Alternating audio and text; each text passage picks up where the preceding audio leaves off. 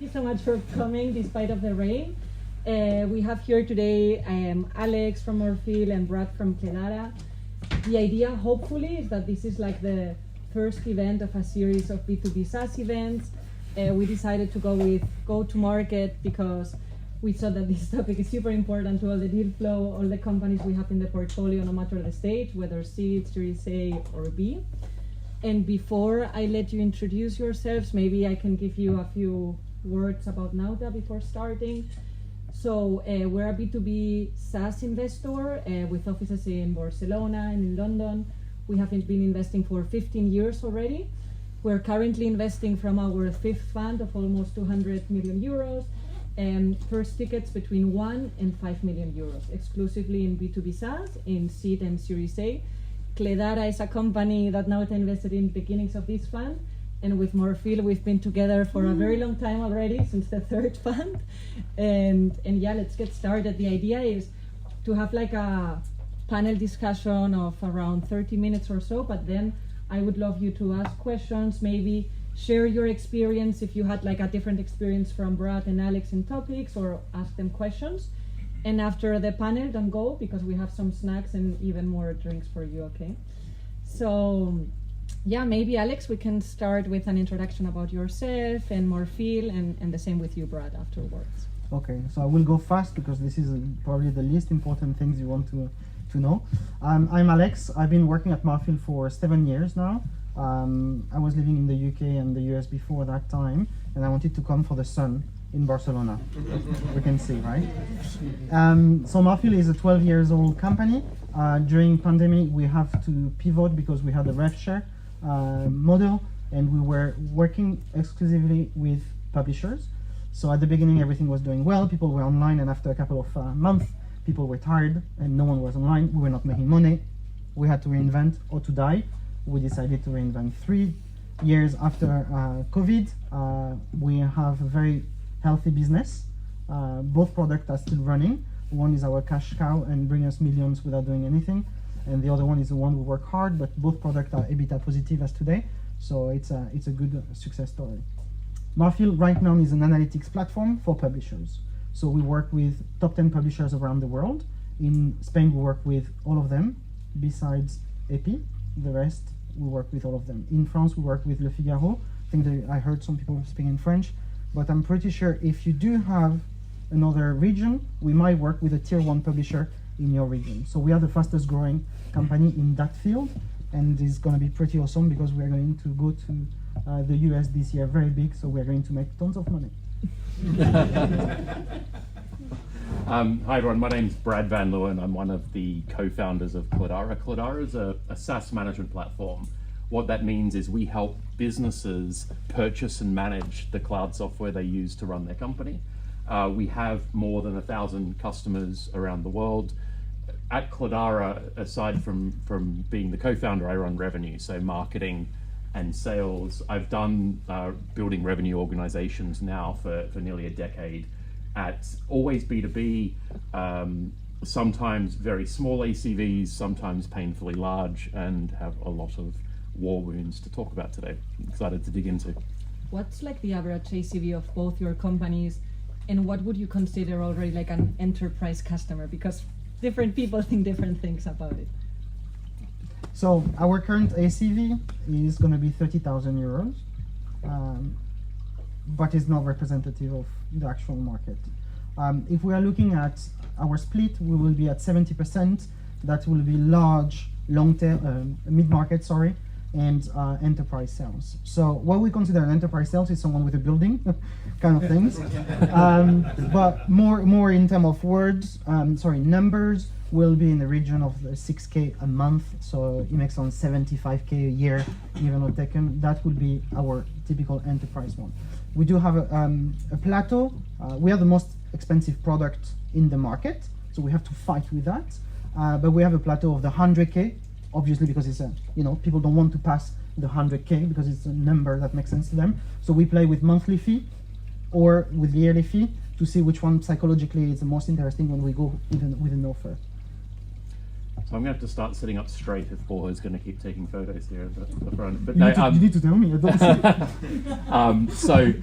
ACVs for us are between 5 and 25k. In terms of what is an enterprise deal for us, the simple answer is we don't have any, and that is a result of a very deliberate decision. So whenever we're talking to our marketing team or our SDRs or our AEs, if anyone dreams up trying to prospect into any other company, we ask, like, what are you doing? Why are you innovating? Because for our customers in our sweet spot, we convert 40% of demos. So I really want to drive everyone to focus on the customer that fits our ideal customer persona. As soon as we start drifting into enterprise deals, maybe vanity logos, things that we feel good about, it distracts everyone, right? We put too much effort into deals that take too long and don't convert. Okay. And Brad, with like all the knowledge acquired, if you had to start a sales team from scratch now, like what would be like the first hires you would make, and how would you scale the team over time? I think initially I wouldn't make any hires. So my view is that until you have customers that are mostly happy and not churning, you should just keep doing it yourself. But as soon as you reach that point where you have mostly happy customers that are not churning, it's a great opportunity to bring someone in. The way we did it is we hired a head of sales, and we said, congratulations, you're our head of sales, but you're head of yourself, right? Your first job is to understand the SDR motion. So we do outbound, so how can you prospect, how can you book demos? And all the demos that the company had, whether they were inbound, where they were coming from what we were doing already, or whether he booked them, I would take them and close them. He would ride along. And I said, until you can predictably book demos, your job is booking demos and doing the admin on the deals that I'm closing, right? And then once he started predictably booking demos, I said, congratulations, go find an SDR, then you can move to closing. Then once you learn to close, you can hire some AEs. In terms of the profile of that person, it's tough, and I don't think it's replicable. But the types of characteristics we look for, we hired someone that we'd bought from, right? So we'd hired a guy called Oscar. He used to run sales for SaaS stock, and we'd sponsored SaaS stock.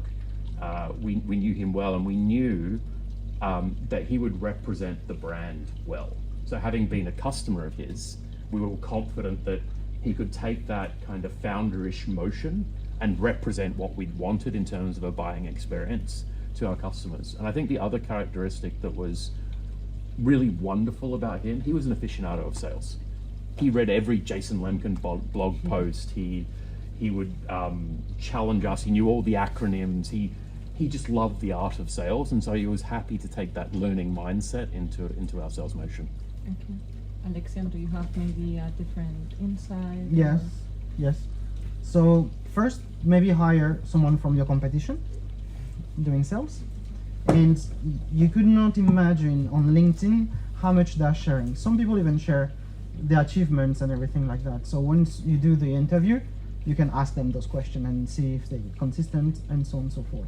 Also, you can share their network, right? So on LinkedIn, if you match with that person, you check the common connection, and you will see if it's relevant or not to you. That's the first thing to look after. The second thing is hire someone that is really, really good at his job, and if he's not, you let him go straight away. The art of hiring, it's sadly the art of firing. I've been hiring so many wrong profiles, and I've been onboarding so many right profiles that I didn't pay attention to them, which is the second part of my answer. You need to move very, very fast when it comes to hiring. So when the cost of someone that is cheap is because you never work with someone that was not worth working with, and that will cost you much more in the long run. Once it's the first hire, right? This guy needs to be A++ player, okay? And once you get that person on board, and I do like the approach, is like, no, learn with me, learn the process, learn the product, learn the everything, and then you will be able to move on with that. Being clear expectation at the beginning will be good, but definitely I'll always look at my competitors, side life of my competitors, and I will try to network there first. Okay. And how do you set targets for the sales team? Because I feel it's something like very delicate and dangerous? Is it about like setting revenue targets, logo targets, demo targets, all of them? Like, how do you set targets? How does it evolve over time? When do you recognize that something is more important than another thing? And how do you incentivize the sales team to actually achieve those targets? Maybe Brad and then Alex? Wow. Okay, so I'll talk about, so we do outbound, so I'll talk about SDRs and AEs separately. And the evolution to get there, I think, is messy. Okay. So I think I'll talk about the way, what we've iterated towards, which I think works really well. So for our SDRs, actually, maybe let me share a general rule first. That what we've learned is the best thing is to happen in a company is when everyone's meeting target. So I think the first thing you want to do is set a target that everyone's going to meet, right? And if you get it wrong, take the pain and lower it. And I know that sounds really counterintuitive because it's going to cost you more, you're going to be paying more commission. But the thing is, when the sales team's happy, they're going to close more deals than they otherwise would have, and so you'll grow more, and ultimately that's all you care about, because you're spending money on sales and you're spending money on all those other things that you spend every month. So first thing is set a target that everyone can meet and lower it until that's the case. The second thing, so for our SDRs, we have a demo target. We set targets monthly, right? We have very short sales cycles, and I think this gives us an advantage over our competition because we have 12 forcing functions a year, not 4 if we were to do quarters, right? So we have 12 month-end closes, 12 celebrations, 12 measurements, 12 payments of commission. In terms of the SDRs, the thing they get paid on is demos happened, right? So people that actually show up to a demo. Having said that, if you want to be promoted to, say, a senior SDR or 360 AE, you're going to have to meet your activity targets reliably. So the other big thing we've learned about SDRs, I think the most powerful metric if you're doing outbound for SDRs is what we've come to think of as activities per demo. So an activity is an email, a call, a LinkedIn touch, right? And what it tells you is how many of those activities an SDR needs to do to book a demo, right? So what that's given us is a way to measure who's doing better quality outreach, and B, it helps us tell them what's their path to hitting their quota, right? You have to send, 100 emails and make 60 calls to book one demo. Great, you can hit quota, you just need to do those things, right? So we have a demo happen target, we track everyone's activities per demo, and then what that maps to is, on a team average, a number of calls and a number of emails they have to make every day. And what we do is we actually track that in real time. We have it on dashboards in the office, and at 5 p.m. every day, everyone's name gets listed in a public Slack channel with 2 green lights, 2 red lights, 1 green, 1 red, right? So everyone can see who met target. And that sounds quite aggressive, but the thing I've found, again, with sales teams is happy sales teams are ones that meet quota, so almost anything you can do to get them to quota is going to make them happy. The ends always justifies the means, and it makes them more successful. So it really does work. In terms of AEs, we have a logo target, and we have a logo target, especially, we had a revenue target last year. We've gone back to a logo target. We found that's been really useful, right? A, because it stops people chasing the whale and wasting a lot of time. B, it keeps velocity in the pipe, right? So for us, a deal is a good deal. It gets us more revenue. It gets us more data, which is important for us in other ways. But we drive them to a logo target. Again, that's monthly. I don't care if they're big or small. I just want them to close it. How did you realize that you had to change the target from revenue to logo? We started with logos. Logos worked really well. Okay. And the cohorts were great. And because we have such low churn, it almost doesn't matter at what ACV we get the customer in the door at. We know that there are 3 certainties in life, like death, taxes, and spending more on SaaS. And so we just ride that wave. How about you, Alex? Like, how do you set targets to the sales team? Has this evolved over time? Yeah. So I was lucky to go through this pivoting because I had a team selling an ad tech product on RevShare. Then from one day to another, now you're going to sell a SaaS product when you're going to actually ask for money. Because rev share, you understand, we get 100% and we give part of it, right? So you sell for free, but now you need to sell for money. It's not the same product and everything, and typically the profile were not the same. So the first things is what we've done the same is like we bite the bullet and say, okay, we lower target, we secure payoff for the sales team. Everyone is gonna make some money. We need to keep those guys. They know us, they have a network-ish, even though the ICP is the same, the persona within the company is different. No matter what, we will capitalize on that. Once we've done that, we had to rebuild the target because they were completely different. The payment process was completely different, and so on and so forth. So they were looking for bigger website, and now I needed for them to look for logos, to sign deals, you know, for us to say we work with 10% of the market, 20%, and so on and so forth. So we went for revenue. Very simple. We needed to build up our revenue pipe for this product and went for revenue. First targets were pretty low, not knowing how much they could bring, and they were communicated for the first year for the full year. Big mistake, because we're still trying to figure out our own things, and we wanted to give them comfort, while we should not maybe have done it like that. Now the quarter, we give them quarter by quarter. We typically don't readjust them unless something happened in the market positively or negatively, okay?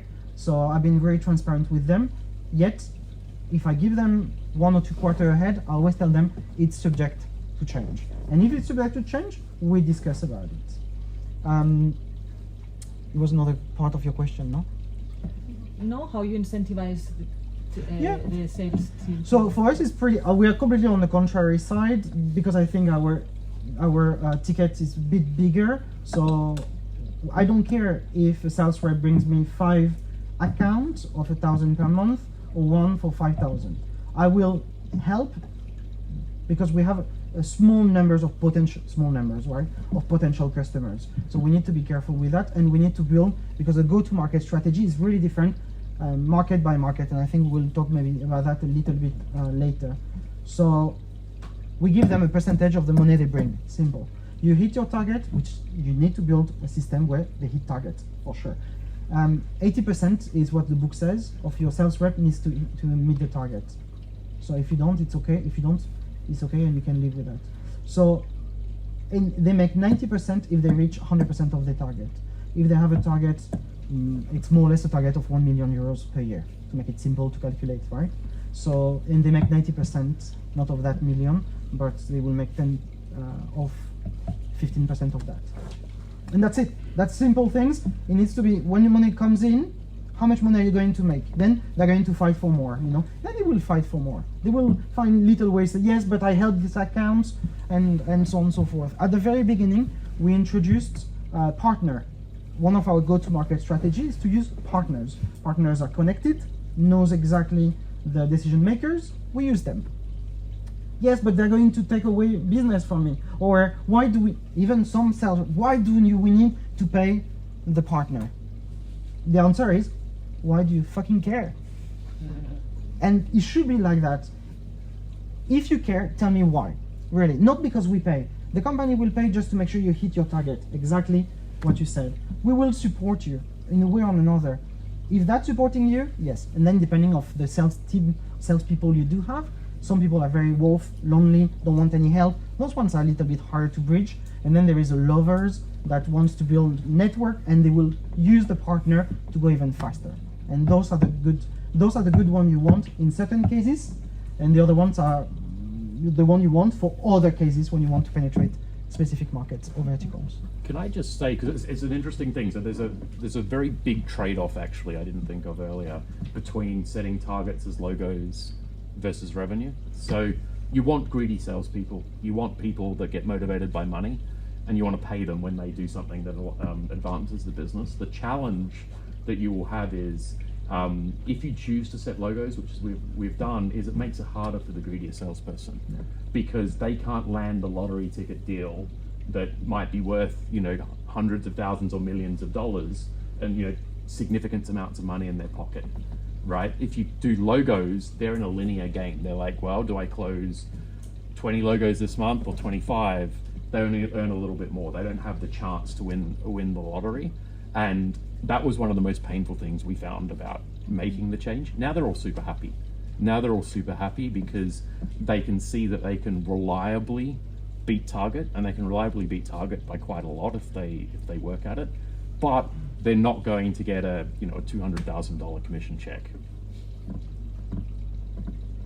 And Brad, how do you generate like new pipeline? Which channels do you use? Do you have like a secret sauce? And how do you qualify the leads? So we do outbound again. We have a lot of tech. So on this, so we have we track 200,000 companies in the world that we think are the top part of our TAM. Our TAM is bigger, but the 200,000 logos.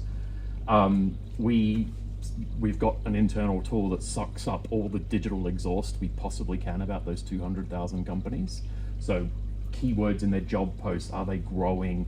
What cookies are on their website that say they use whichever SaaS product? Have they added it recently or not? Have they changed CFO or not? And we run that through a lead scoring engine. And we pump all that data in real time into Salesforce.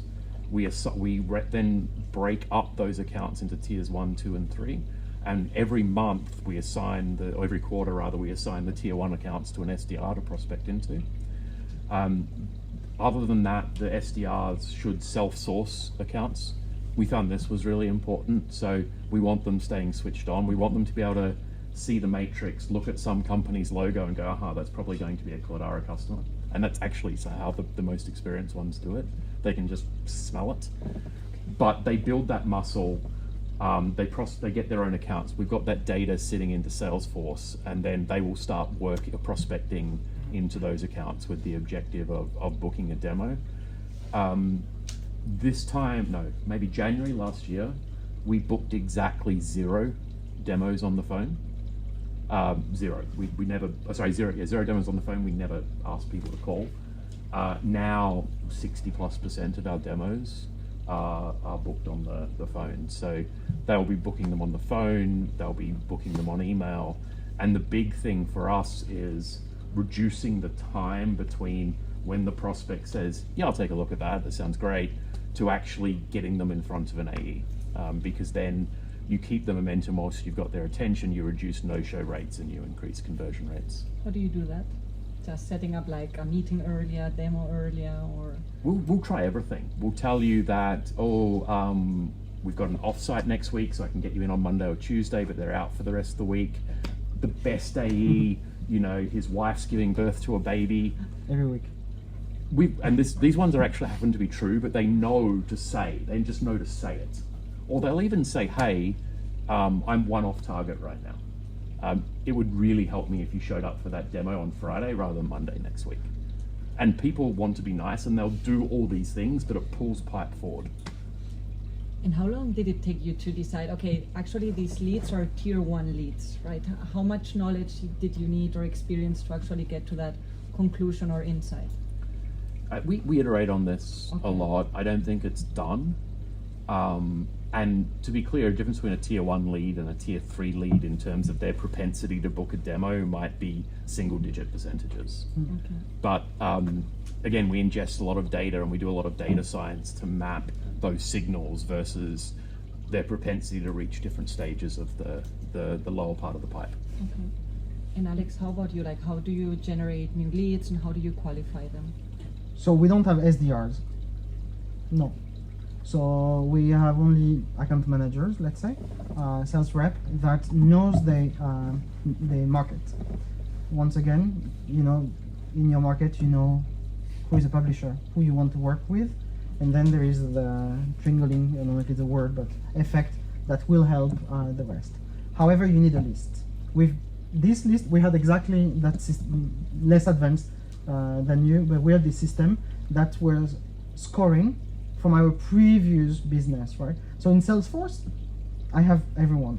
Every companies that I need to target, I have them on Salesforce. 40,000, 38,900 and something. There is some ghosts, so you can say probably we can be at 55,000 overall in the world. Now, how do we do that? You start to talk. we are outbound, but we don't need to generate so much activity. Once again, this is due to the length of the process. Our sales cycle is about 6 to 9 months for 30K, 1 year, 1 year and a half for 200 and 250K deals. So we take time, okay? But we need to convince a lot of stakeholders within the organization. The publisher works with so many different departments that rely on one department, which is the newsroom, very opinionated people, and no budget. So we need to convince them first and then convince the rest after. So our team normally typically have a demo, I would say 7 demos a week maximum, but this is a very heavy week. Normally it's more 4, and this is enough. Then we go to event, and that's where the difference is. At event we do lobbying, so we go, we pay people drinks, a lot of drinks. We also organize dinner. So the way to do it is always to be cheeky. If you are the underdog, use the big dog for that. In the event, the good news is there is your competitor. We don't care about them. We just go and say hi. We stay polite. But then there will be other people that still target the same audience as you, but they're not your competitor, and they are well known. Use them, and we do use them a lot. For instance, I booked the Financial Times yesterday for a demo, an account I've been going after for 2 years. I carry a few accounts myself just to make sure what I'm asking my team is reasonable. Okay, I'm not crazy like that. And I invited this lady that was sitting in front of me. I took all of the personal note of the personal conversation we had, and I dropped her an email on Monday. I said, can we meet? And she was absolutely. So this shows the power. Once we have it, this is gonna take 12 months to sign, and it's gonna be probably a 350 to 500,000 euros ACV deal. We can take the time to sell to those really big organizations. So we don't need to generate that deal. However, we were a bit bored, so we are okay. Let's do something. So currently we are working on a new plan that incorporates what you are doing automatically to build awareness in the marketing funnel. Okay, so all of those signals will be automatically built into LinkedIn, and we are going to say, okay, we start to target.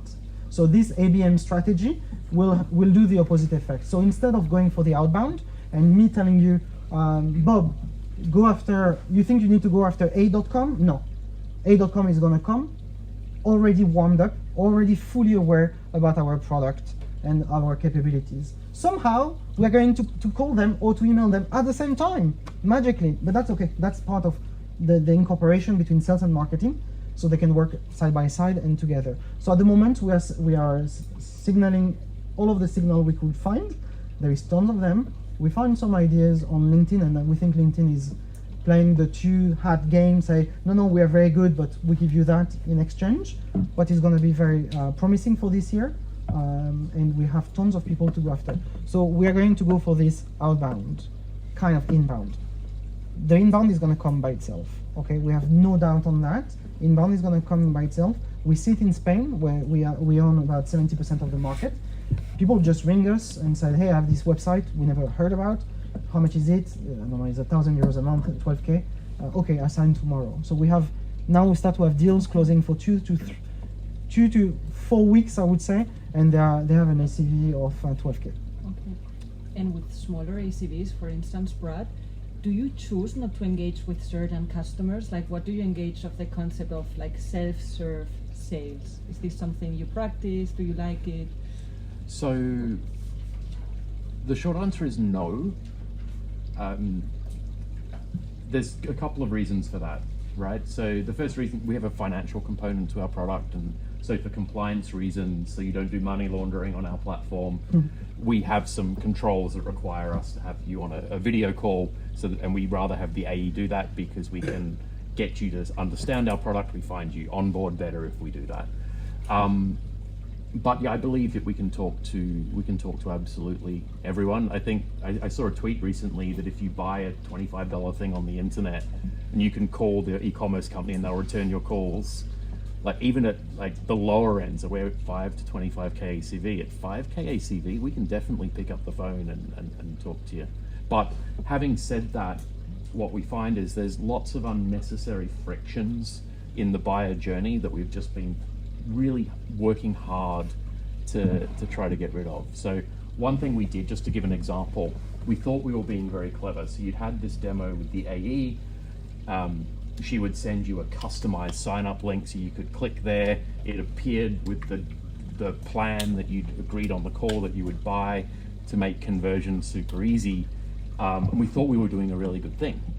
What we found out was that a very large percentage of customers, or companies that went on to become customers, they wouldn't tell you on the call they were going to buy it. They're like, oh, I'll think about it.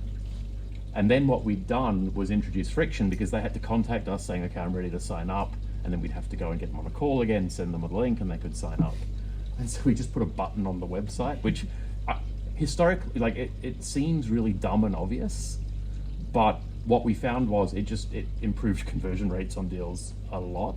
It made for happier customers, made for shorter deal cycles. And there are lots of things like that where we think we're being clever, but actually just make it harder for the customer. And as soon as we find them, we take them away, and it always makes things better. How have you increased conversion rates over time? Like, are there any tips that you could share? Yeah, so that, like, removing friction from the buying process is really good. We go for like a really assumptive close. That's been one of the other really good things that we've brought in this year. So an assumptive close, you're on a demo with an AE, and the person says, yeah, this looks really great. I'll buy it. And so our AE will just say, well, look, I'll stop screen sharing now. Why don't you share yours, and we'll just walk you through it together. We'll get it done today, right now. And just keeping that momentum, again, it added 5-6% to our demo to deal one win rate. And Alex, how about you? Because like in very long sales cycles, like 12 months, 10 months, how do you make a deal happen? Like from yes, I'm interested in what you're offering, to actually signing and paying you some money. The truth is, I'm still trying to figure it out. Okay. And I think as long as you always keep it like, I can improve something or something is not quite right. When something doesn't feel quite right, most likely it's not right. And it means with our expertise and experience and age, we know something is not as it should be, and you need to try out things. First is you need to ask people that sign up and buy and said, what can I do better? What did you find? And we learned a lot of things. One thing we had was the signing the contract process, which everything was agreed, great, you have the payment term, yearly payment, because we don't like monthly, and yearly payments upfront, obviously. And then all of a sudden someone from procurement appears that the only job is to reduce this invoice. How do we do that? Well, you need to then train the team to really identify the signing process. On such a large process, you cannot ask this question in day one. They barely know you, they really like the product, don't believe this product is good because it's too good to be true, and you are starting to introduce the wrong question too early.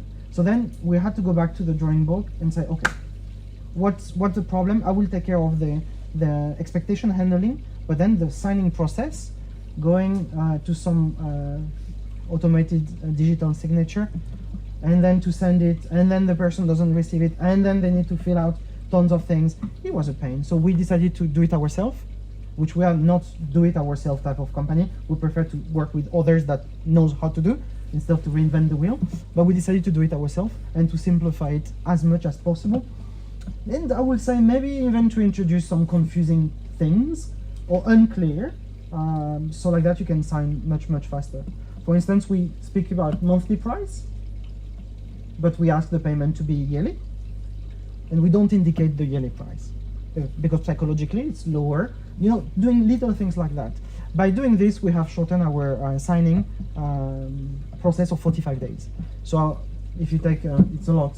If you take 9 months and you can cut a month and a half, everyone is happier by that. The board is happy, I am happy, the rep is happy, I says that for you. And everyone is happy. So we do it that way. Then we have, once again, in conversion type of things, we are very bumpy. This is because it's very dependent of the seasonality of the year. In this particular year, it's a pain in the ass for us. Why? Election everywhere, so no one wants to touch the website. No, we'll do it after. We want to show them we are good at that, so we rush on that, into that. Sport, Olympics and so on and so forth. So I don't touch the website. So everyone, when someone tells you I don't touch the website, then it's a pain for us. This year is particular, but there is, beside that, we cannot, I don't think we can improve at the moment. Other big steps, we are looking at why it's low at the moment, which is will happen, and we know it's because of elections and sport elements. After that, we'll rock it again. Okay. And as venture capitalists, and I guess as founders as well, we strive for the day that revenue becomes predictable. I don't know, Brad, have you, with that like ambition in mind, have you observed your pipeline converting into like a reliable revenue forecast? And if so, what methods or what have you done to achieve it? Predictability. I don't know, like there's certain parts of it that have become predictable. So like where we look at a win rate, a cohort of demos, the win rates from that cohort will be predictable. There's variability in the sales cycle a little bit, which really affects us when we do month-end measurements, right? So 3 days matter if you're in a 25-day sales cycle. I think some learnings, right? In our model, things like for forecasting, things like hiring of SDRs becomes a thing, right? So you don't ever want to be caught with a sales team that's too small, right? So that's been a challenge for us. Even like the time of the month where you onboard SDRs, all these little levers we're still figuring out. I think I hope keep me honest here, I think we're getting a little better at forecasting, but it is really hard because things change all the time, and as you reach new levels of scale, you stumble across new things that break or you didn't realize wouldn't scale in a linear way. And so I think it's a constant learning process, to be fair. Okay. How about you? So the biggest issue we do have is not if you're going to sign. This I can forecast the yes, but I cannot forecast the when, which is the problem for the forecast. I cannot lie to anyone. This is a very big problem. The reason to that is because there is so many stakeholders. There is always one that is on vacation or something happened, and it's a bit out of prediction. Now, I built a model that takes in consideration all of those elements, and I'm getting into a good certainty at 60 days. The problem is 60 days is not a quarter. And not a year. And not a year. Here we managed to hit it by the strike of God for 12 years, on the dot always. But now I moved this model to 90 days. It seems to be working. So it means next I'm gonna try to move it to 6 months and see if I can predict it like that with 6 months. It's because it gets wider and wider, there is more chance of making mistakes on assumptions, on calculations, on elements, but so far I managed to predict a little bit better, but it's not ideal. While I know when you get that stage, I know 50% of conversion within 60 days, that I can tell you. Okay. But it's not good enough. Okay. So we need to work on getting at least I need my quarter ahead of time, so like that everyone is a bit more. Okay. And what about budgeting, for instance, Brad? You mentioned, both of you mentioned, like for us it's very important for sales teams to be happy, to hit their quotas and so on. So imagine like the team has been fighting to get 100 deals in 2024, and you've got people like Nauta on your board telling you, okay, now you need to triple next year. How do you go to your team and say, okay, all this stress you've had, now we need to do it like 3 times more or 3 times better? How do you go on about that? I think for the reps, so the SDRs and AEs, it doesn't really change much. Their targets might go up a little bit, but again, they'll be set at a level that everyone's excited that they're going to meet.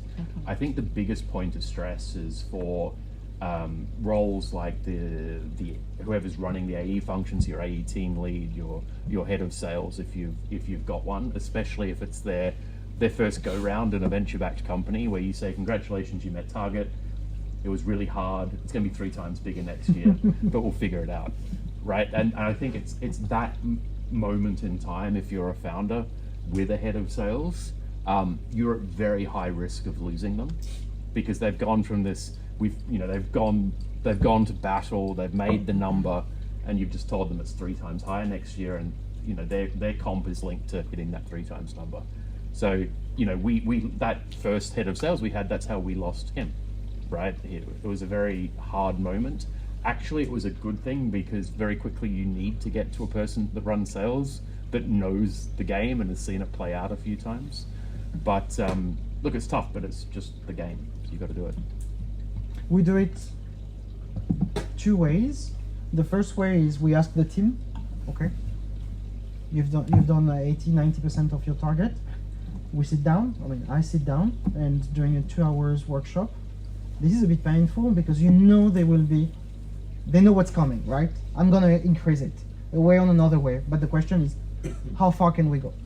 So with the given information that the rep has about his market, how far can he or she grow that market? Okay, that's the first thing. And it can be, I've 60% or 70% of the market is ours, I cannot grow that market anymore. So, okay, then that means opening new markets, which is okay, or going after another vertical, which is once again okay. So once we have this conversation with every rep, I do have a number, and I don't wait for Nauta to ask me a number, because it's going to be crazy. So I want to be the first one to go with a number, right? So I get all of my numbers from bottom up. Then I take my Excel document, called the Excel document. I see everything that has been done. I also have on my Excel document the potentiality of each of the territories that we are going after. I have ratios to tell me where I want to be. If I was in penetration mode, or I was in consolidation, or I was in market leader. This gives me a ratio. What I'm going after is the quantity of page views / customers. And that gives me a target, because I know that a customer that has 1 million page views is a customer that's worth 6,000 a year. So I know all of those things, and looking at the conversion rate of a sales rep, I know more or less where she or he will be. Then I'm getting a number. Believe it or not, those numbers normally are very similar. So what I do next, I'm giving you maybe the tip that you know, I go to my founders. I'm not the founder, so I'm going to the founders, and I'm telling them that's the maximum I can do, which has already my buffer, right? And I know what the buffer is going to be, because as you said, when you hire someone that knows about this mechanism, said, we need to increase 10%. Then the CFO comes and he said, no, Nauta is going to ask for way more. We need to increase that amount. And then we get to an agreement. When the agreement is done, the question is not like how much, it's like really.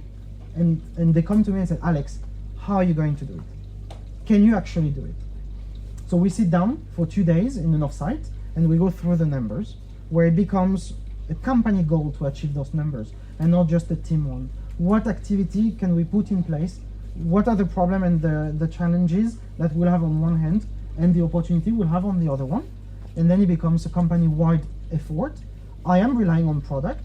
When the product breaks, I am the first one to go to shout at them, because when we don't sell, the product team is not going to make the bonus. And it needs to be this like 360, elements like that, where we all work together. So the way to set up, in my case, is bottom up. Then I do my Excel and I fight internally, and then we come to a conclusion all together. This is right. Okay.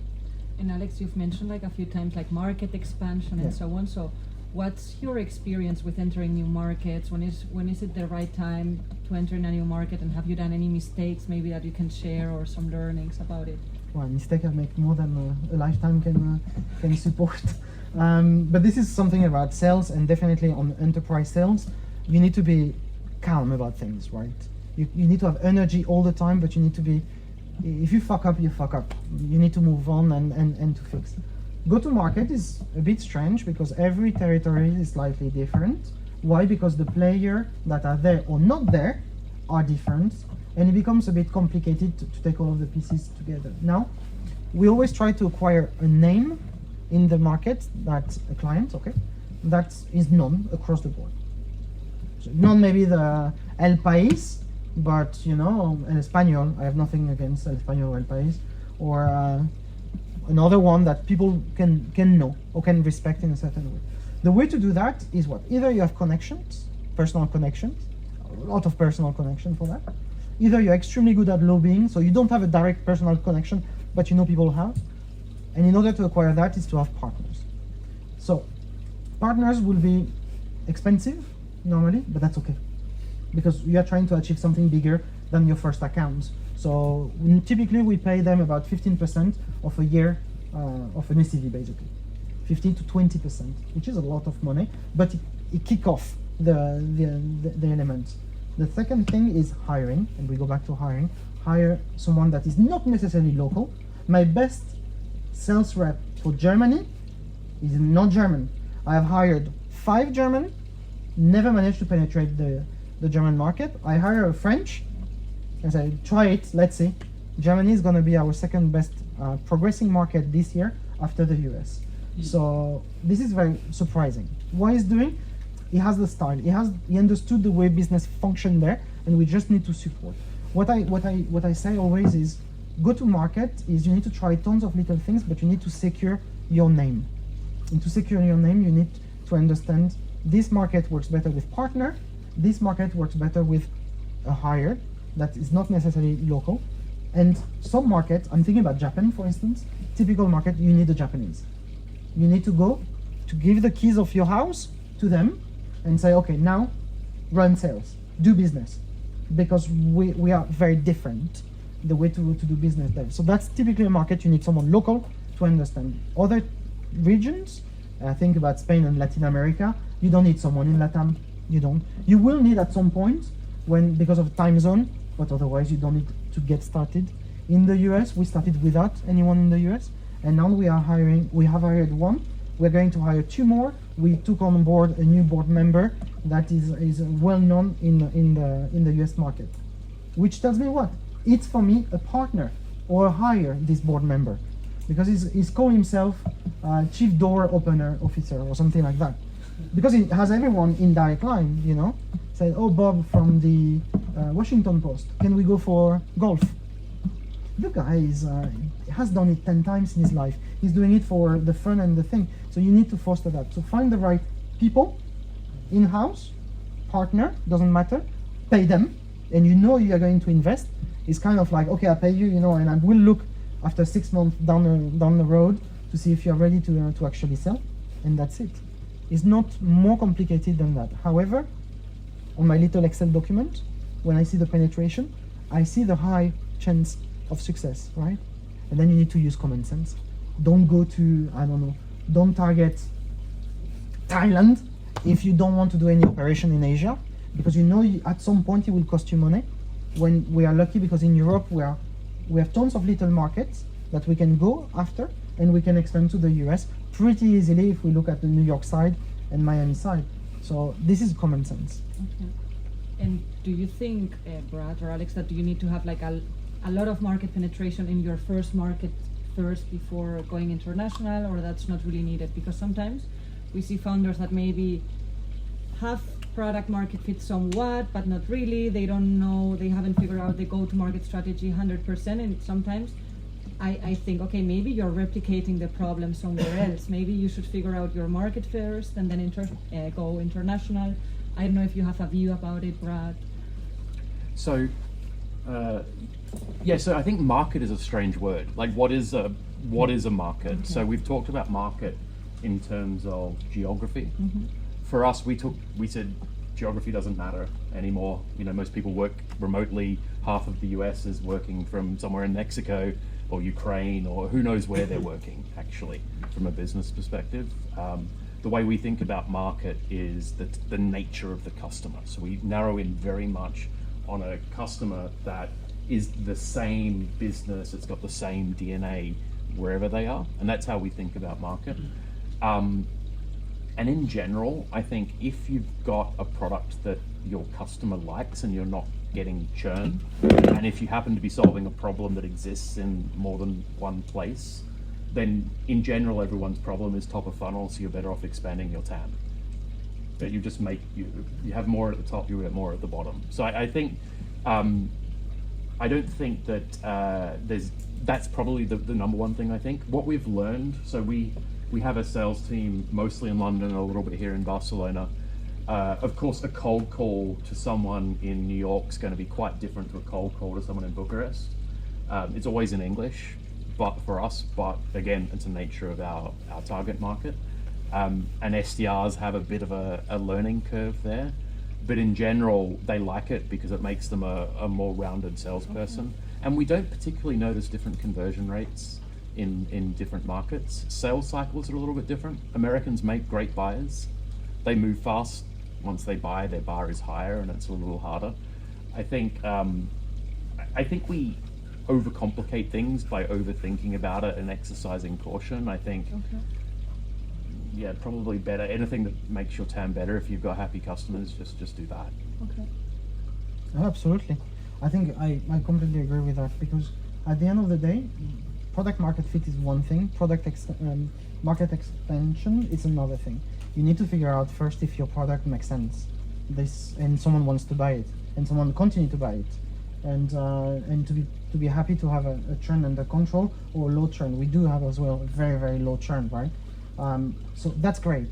But then what do you do with that? You need to be conscious when you want to penetrate a new vertical, which can be seen as a market, okay, or new geos, because it might be different. It might be different. We are lucky with that because publishers are very.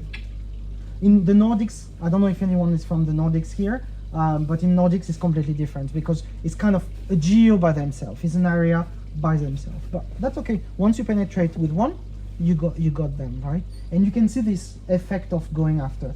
We thought by having Spain, we'll have Italy or France. Big mistake.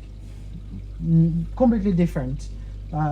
Simple example, in France there is a competitor that is very strong, and the usual competitor we go against is the cheap product, the underdog product. So we are basically fighting against a new product.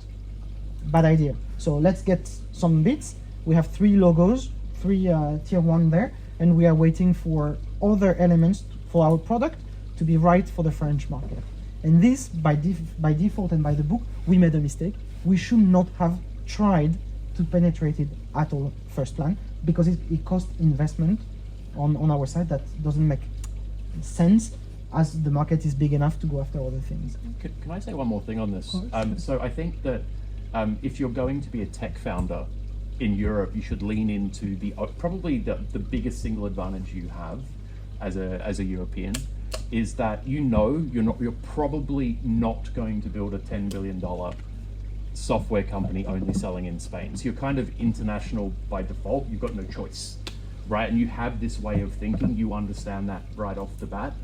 And so it gives you an advantage in entering new markets.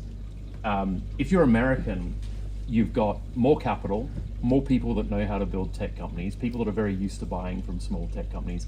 Everything is easier, except the next country that you go to if you're an American tech company after the US is this mythical place. I've never been there, but it's called international, right? They call it international. They have their international office, their international go-to-market. And if they're really sophisticated, they'll call it EMEA and put Spain with Senegal in the same bucket, right? It doesn't make sense. This is going international aggressively as a European company is a huge advantage, huge advantage, and you should lean into it. Perfect. I have like 1,000 more questions, but thank you so much. It was a blast having you here. It was super insightful, and yeah, a big round of applause for